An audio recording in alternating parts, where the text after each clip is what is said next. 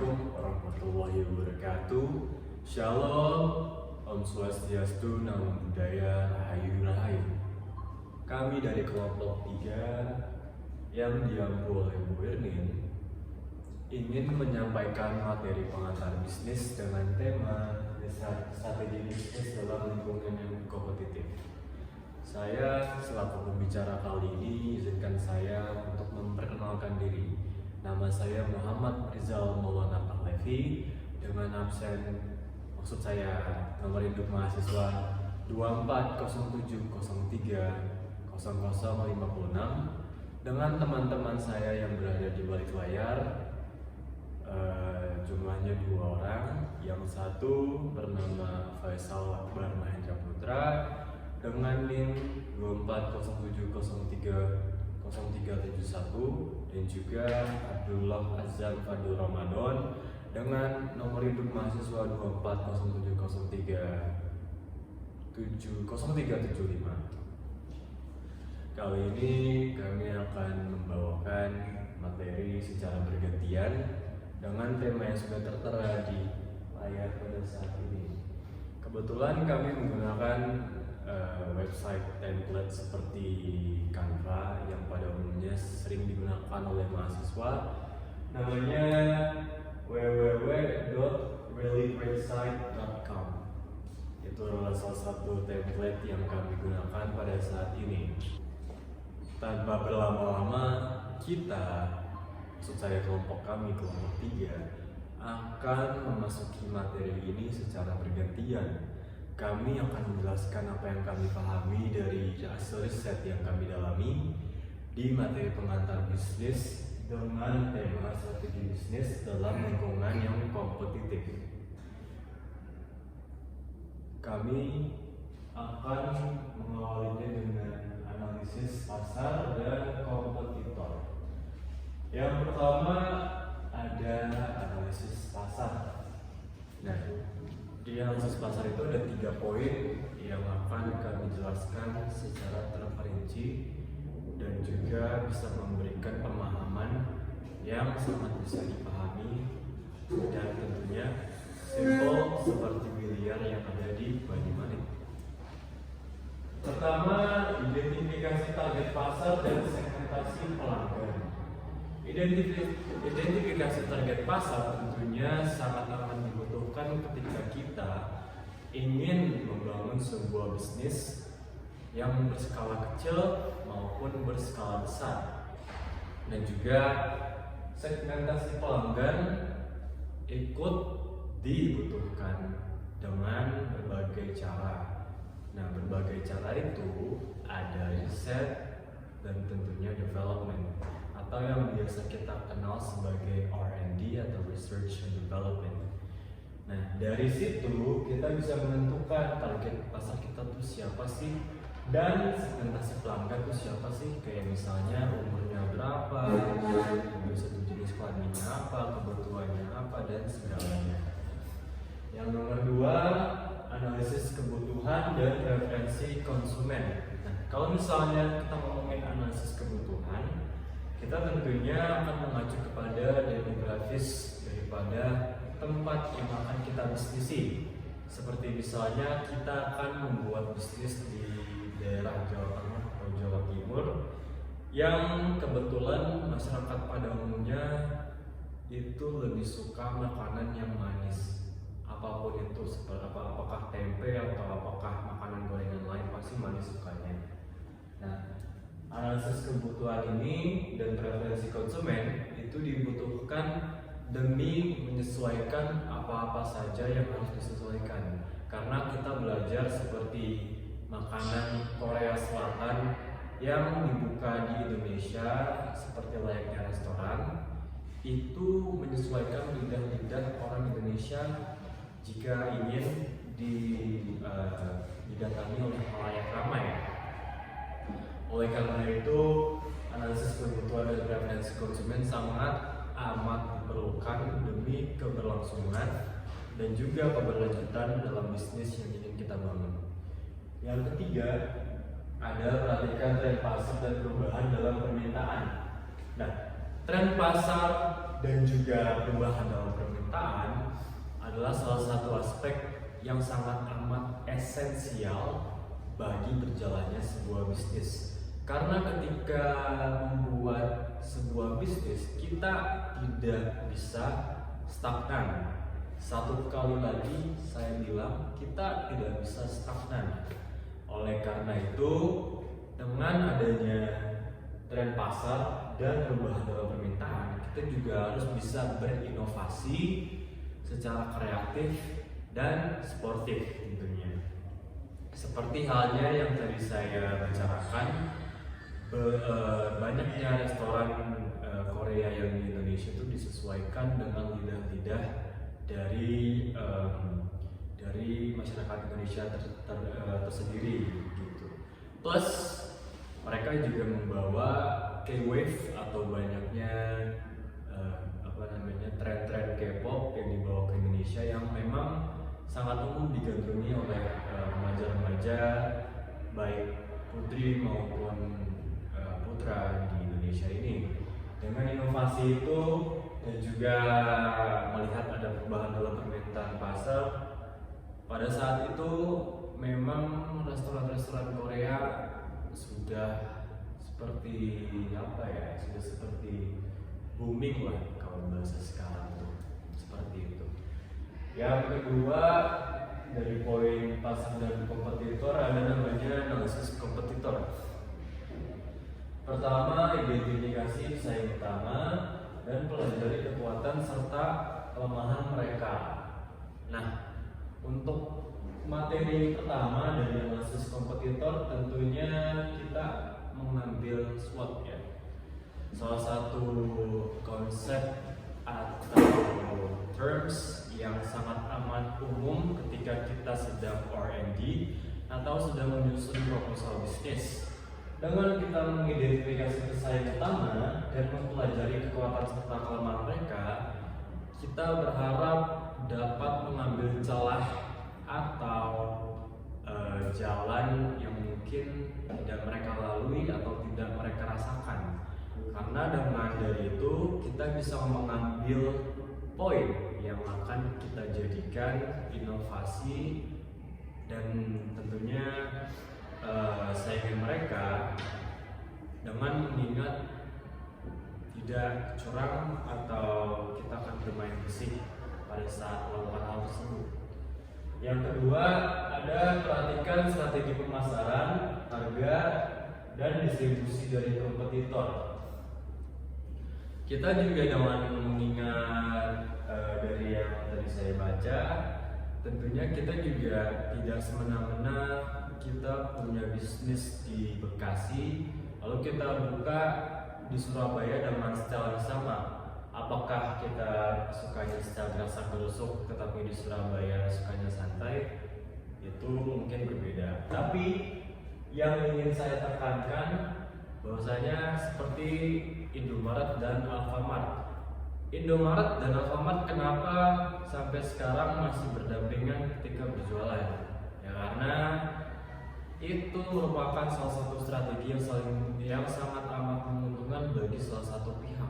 Karena ketika dari salah satu pihak, kita ambil contoh sekarang Indomaret, buka di tempat terpencil di antah berantah.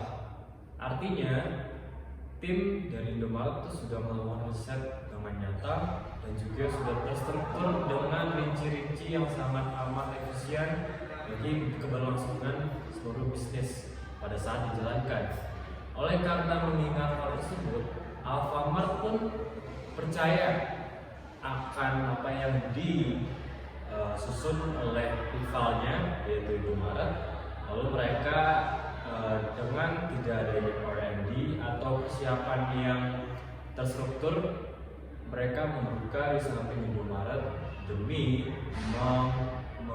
bahasanya itu memotong biaya-biaya tidak perlu karena sudah ada R&D yang sebelumnya dilakukan oleh Indomaret.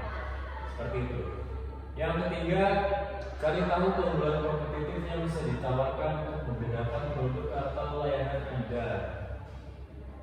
Nah, untuk hal ini tentunya kalau misalnya kita ada lingkungan yang kompetitif, artinya sudah ada rival. Dan itu memang materi yang akan saya paparkan pada saat ini.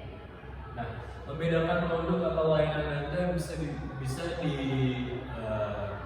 dilakukan dengan cara inovasi yang tentunya berkelanjutan, bukan hanya tren pasar yang lagi booming sekarang untuk menggait para mungkin anak remaja yang FOMO atau orang yang ikut-ikutan saja. Nah, inovasi ini diharapkan bisa menjadi inovasi yang berkelanjutan atau tidak hanya sesaat. Oleh karena itu, mencari tahun keunggulan kompetitif itu sangat diperlukan untuk menjamin keberlangsungan dari perusahaan. Materi yang selanjutnya yaitu inovasi produk dan layanan serta strategi penetapan harga. Yang pertama ada inovasi produk dan layanan. Dari poin yang akan saya baca yaitu selalu perbarui dan kembangkan produk atau layanan untuk memenuhi kebutuhan pasar yang terus berubah. Tentunya hal itu sangat amat diperlukan mengingat apa yang saya sudah katakan dari awal. Stagnan itu tidak bisa dalam dunia bisnis karena stagnan itu adalah awalan dari kematian atau dalam istilah bisnis kebangkrutan. Yang kedua, gunakan teknologi terbaru untuk meningkatkan efisiensi dan menawarkan nilai tambah bagi pelanggan. Jika kita mengingat di masa lalu pada saat revolusi industri, kita baru saja berpindah atau bertransisi dari yang namanya tenaga manusia atau tenaga manual menjadi tenaga uang. Nah, dengan adanya tenaga uang ini, kita bisa memberikan efisiensi bagi produksi setelah kita bahasanya itu capek-capek. Emang kita juga pas zaman dulu menarik kerbau dan segalanya. Kita sekarang punya traktor. Jadi intinya dengan adanya teknologi yang ada, kita bisa meningkatkan efisiensi demi meraih produk dan juga memaksimalkan profit dalam dunia bisnis. Selanjutnya ada strategi penetapan harga. Saya baca lagi, sesuaikan harga dengan nilai ditawarkan serta bandingkan dengan harga yang diterapkan oleh pesaing. Ketika kita menyusun harga pokok penjualan dan juga break-even point, kita akan melihat seberapa kita bisa menekan harga daripada biaya produksi kita. Tapi tentu saja makanan itu bukan satu-satunya aspek yang bisa kita jadikan untuk mengambil markup atau harga tembakan kalau bahasa kitanya. Nah, jadi dengan nilai yang kita ditawarkan, misalnya kita membuat cafe atau coffee shop, itu berarti ya kita jualnya tempat yang nyaman atau yang hangat jika maksud saya bisa digunakan untuk hangout atau sekedar nongkrong-nongkrong saja. Nah, itu adalah bagaimana cara saya atau kelompok kami mempertimbangkan nilai yang kami tawarkan seperti maksud saya dalam bentuk coffee shop tadi dengan tempat yang asik untuk nongkrong atau belajar atau segalanya. Nah, juga dibandingkan dengan harga yang diterapkan oleh pesaing. Kalau yang kedua ada pertimbangkan strategi penetapan harga yang fleksibel seperti diskon, promosi atau bundling. Oke. Strategi ini hal yang tadi saya sebutkan itu masuk ke dalam marketing. Dalam sebuah bisnis tentu saja marketing itu harus atau sangat amat diperlukan untuk terjadi, karena marketing adalah salah satu sumber informasi yang dapat kita manfaatkan demi meraup pundi-pundi rupiah dengan mendatangkan banyaknya konsumen dari yang kita marketingkan pada saat kita berbisnis seperti itu. Selanjutnya materi yang ketiga berjudul pengembangan merek dan pemasaran. Pertama ada pengembangan merek. Akan saya bacakan. Proses menciptakan dan menguji nilai merek serta membedakannya dari pesaing. Tujuannya adalah untuk menjelaskan merek dengan tujuan bisnis, mengomunikasikan merek ke pasar target dan memperkuat merek. Di sini ada 3 poin yang akan saya tekankan. Pertama adalah menyelaraskan merek dengan tujuan bisnis, mengomunikasikan merek ke pasar target dan memperkuat merek. Dengan tujuan yang tadi saya bacakan, pengembangan merek ini itu sebetulnya untuk inovasi saja, untuk membedakan, untuk menskenakan produk-produk kita. Nah, yang pertama adalah menyelaraskan merek dengan tujuan bisnis. Kita tuh harus tahu merek kita tuh di bidang apa. Apakah di bidang fashion atau di bidang mungkin goods dan sebagainya. Jadi kita harus tahu bagaimana itu sistemnya dan juga tujuannya pun profit. Karena seperti bisnis yang lain yang bergerak di bidang profit, bisnis kita pun juga harus berorientasi atau bermazhab kepada hal tersebut. Yang kedua adalah mengomunikasikan merek ke pasar target.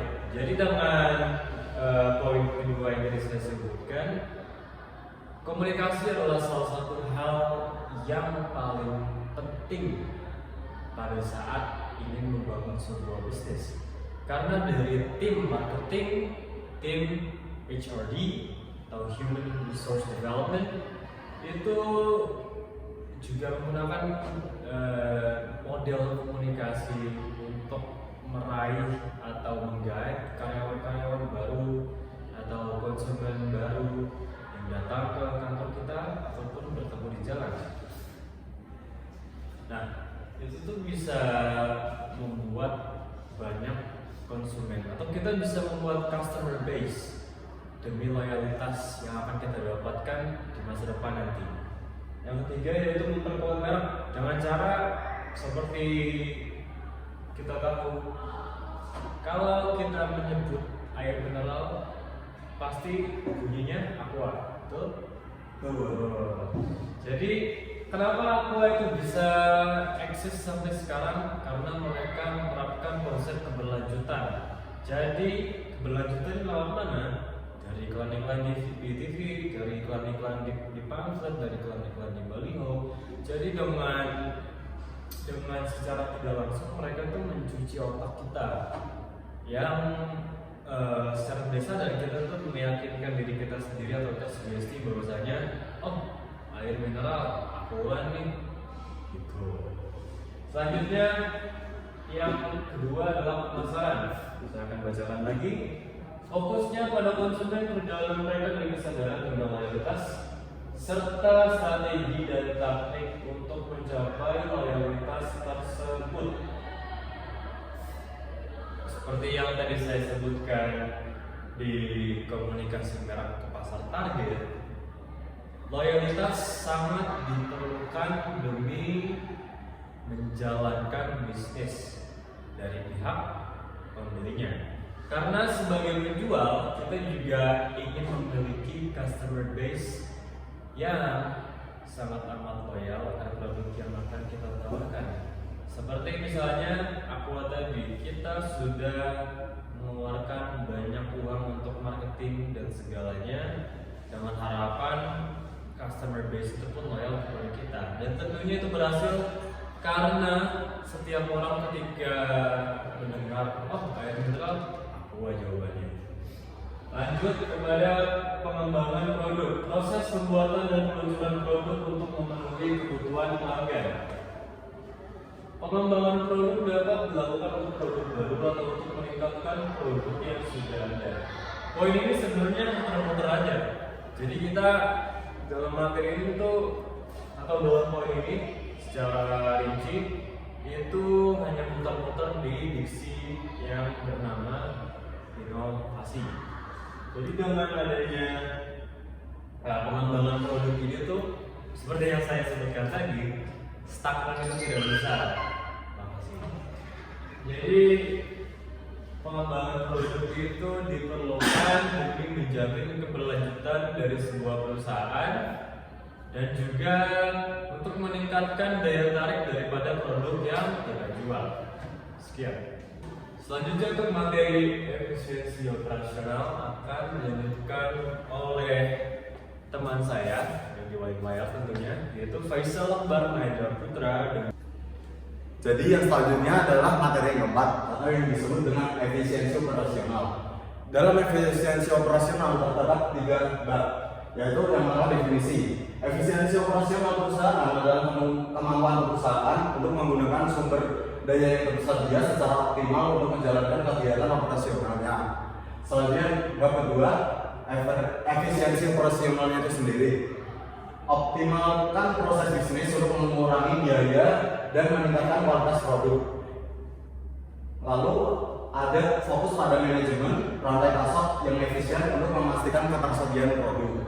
Lalu bab yang ketiga, cara untuk meningkatkan efisiensi operasional, yaitu yang pertama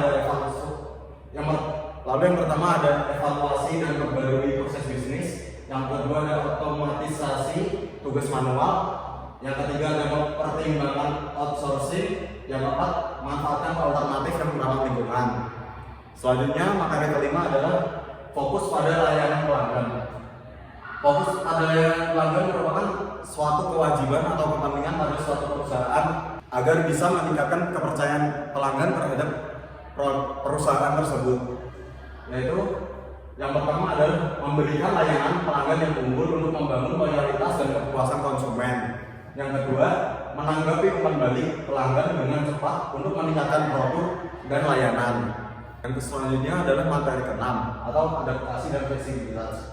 Adaptasi dan fleksibilitas adalah skill yang penting bagi perusahaan agar dapat menghadapi kebutuhan perusahaan tersebut ke depannya. Yang pertama adalah menyiapkan bisnis untuk menghadapi perubahan lingkungan pasar yang cepat. Dan yang kedua adalah memiliki strategi adaptasi yang memungkinkan bisnis tetap relevan dalam situasi apapun. Selanjutnya untuk materi yang kedua atau materi keberlanjutan dan tanggung jawab sosial akan dilanjutkan oleh teman saya Abdullah Azam. Baik, saya akan melanjutkan materi yang telah disampaikan oleh teman saya tadi. Sekarang yaitu materi ke-7 yang keberlanjutan dan tanggung jawab sosial. Yang pertama yaitu ada pertimbangan aspek keberlanjutan dalam operasional bisnis untuk memenuhi tuntutan pasar yang semakin peduli lingkungan. Maksudnya di sini seperti sebelum kita membuat perusahaan atau bisnis, kita harus memperhatikan lingkungan sekitar. Misalnya kita ingin membuat perusahaan tekstil, kita harus meriset bagaimana caranya agar limbah dari perusahaan tekstil kita ini tidak mencemari lingkungan. Selanjutnya yaitu terlibat dalam inisiatif tanggung jawab sosial perusahaan yang dapat meningkatkan citra perusahaan. Maksudnya di sini kita harus seperti mensejahterakan para pegawai yang bekerja di perusahaan kita, seperti misalnya memberikan bonus atau memberikan tunjangan. Baik, selanjutnya adalah materi ke-8 yaitu evaluasi berkala. Yang pertama, lakukan evaluasi berkala terhadap strategi bisnis untuk memastikan efektivitas dalam menghadapi persaingan. Jadi di sini kita harus sering mengevaluasi apa saja strategi yang kurang di dalam bisnis kita agar kita dapat mengembangkan bisnis kita. Yang selanjutnya, gunakan data dan analisis untuk membuat keputusan yang lebih baik. Jadi sebelum kita membuat keputusan, kita harus memiliki data atau analisis yang kuat untuk membuat keputusan tersebut agar keputusan tersebut menjadi lebih baik. Ya, sekian dari saya. Dengan selesainya materi kami kali ini, saya Bung Rizal, Saya Faisal Akbar Mahendra Putra. Saya Abdullah Zafardil Ramadan mengucap terima kasih atas perhatiannya dan semoga ilmu yang sudah kami sampaikan bermanfaat dan juga menjadi hal baik bagi halayak yang menonton. Terima kasih. Semuanya, assalamualaikum warahmatullahi